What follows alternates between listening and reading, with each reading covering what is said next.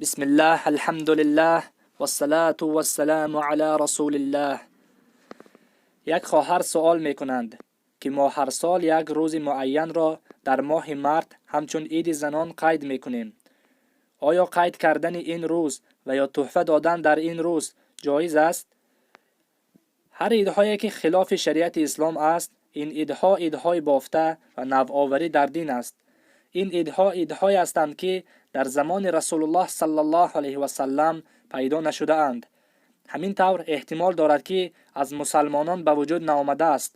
با وجود نوآوری بودنش مشابهت به دشمنان الله سبحانه و تعالی است.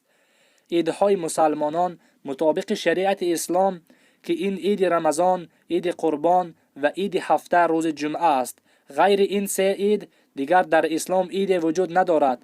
هر کسی که غیر این عیدها عید را جشن گیرد از او قبول کرده نمی شود و در اسلام اعتبار ندارد.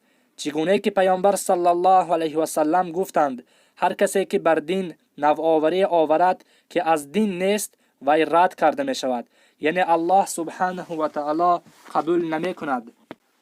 در روایت دیگر می فرمایند هر کسی عملی را انجام داد که گفته و یا کرده ما نبود، آن عمل رد کرده می شود. از این برمیآید که جشن گرفتن، خرسندی کردن و دادن تحفه در این عید که همچون روز زنان قید کرده می شود حرام و بدعت است. برای مسلمان واجب است که دین خود را مستحکم کند و به آن فخر کند.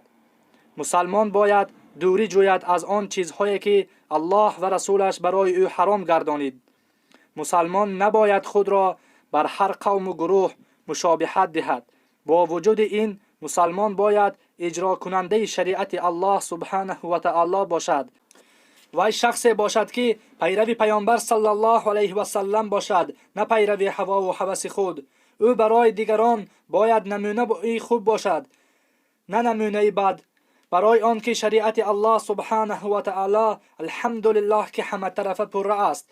چگونه که الله سبحانه و تعالی می فرماید من امروز دین شما را مکمل گردانیدم و تا آخر بر شما رحمت آوردم.